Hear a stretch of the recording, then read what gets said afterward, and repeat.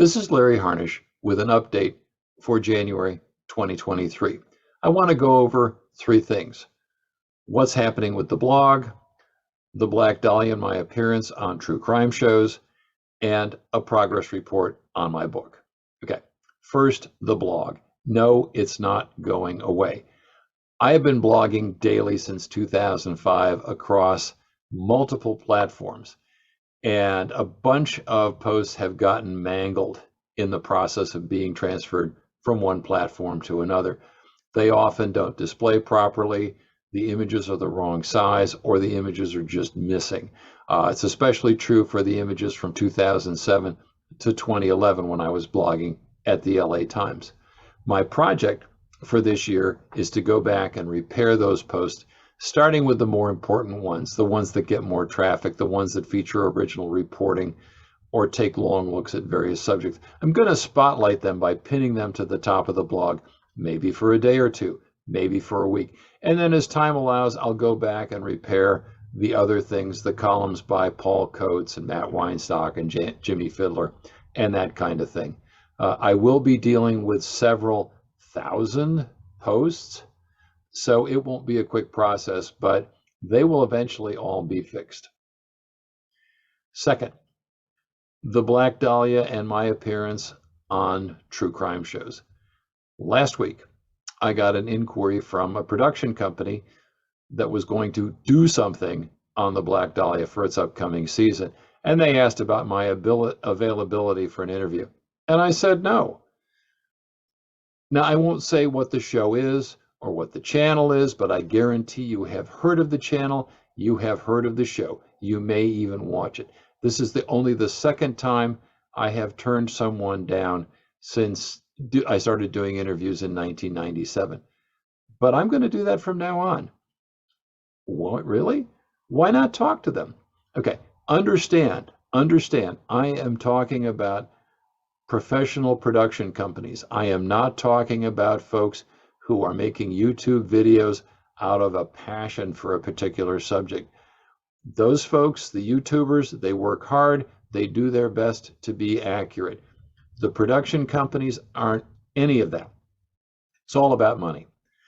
In the last few years, probably since Making a Murderer in 2015, the true crime genre has gotten increasingly popular and increasingly sleazy.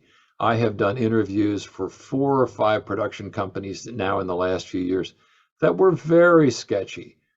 The viewer at home never sees where production companies cut corners or how they come into a project with a mindset on what it's going to be. You don't see any of that. You think it's, oh, well, this is just fine. No, you would be surprised. I have been doing TV interviews on the Black Dahlia case since 1997, and the folks doing true crime shows now are very fly-by-night, dinky, shoestring operations. Some of them are very flaky and clueless.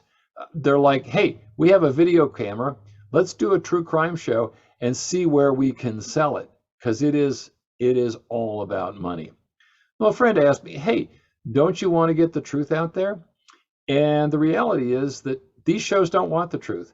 These shows want simple little fact nuggets that will fit comfortably with what viewers already know and expect. The truth is nowhere to be found in true crime. They don't want to rock the boat. They don't want to shake anything up. It's just give us the same old stuff. And all too often, the victim is nothing but fuel to push the narrative along, reduced to a few familiar details, and that's it. Now, the same goes for podcasts. Oh, I've only done a few podcasts. Understand, your favorite podcast that you listen to in the car or while you're doing chores, well, you may not know it, but there's a lot of money being made by the folks doing the top ranked shows. It's big business. And anytime you have a lot of money to be made in entertaining people, you're going to find some dubious behavior. The one I know the most about is Root of Evil, because they ripped off a bunch of my friends. I may do another video later this year about podcasts in general and Root of Evil specifically, because if you only knew what happened behind the scenes on Root of Evil, you might be shocked. True crime podcasts can be a very, very dirty business. Okay, finally, the Dahlia book. It's always amusing to see people posting on the Black Dahlia forums that Harnisch has writer's block or Harnisch has given up. I generally avoid the Dahlia sites because they are just terrible. But sometimes a Google search will lead me to Reddit or Black Dahlia in Hollywood, or I'll see that somebody on Reddit or Black Dahlia in Hollywood has linked to me and I'll check it out. These folks never talk to me. They have no clue. They really don't. Briefly, my Dahlia book is organized in 4 sections: Elizabeth Short's life, her death, the myth, and possible answers. Okay. I'm just about done with part 1, which is the life of Elizabeth Short. And let me tell you, it's a lot of work. It runs 116,000 words, and that is a lot. I hope to finish it in 2022. I didn't. I'm down to the last 2 months of her life, right about the time that she's thrown out of Mark Hansen's for the second time, and then goes down to San Diego for a month. I expect to finish in the early part of this year. Let me tell you, original research takes a long time. Accuracy takes a long time. The Black Dahlia teaches patience. Remember that. Also remember, January 15th is coming up. Trim your roses in memory of Elizabeth Short. And with that, thanks for visiting.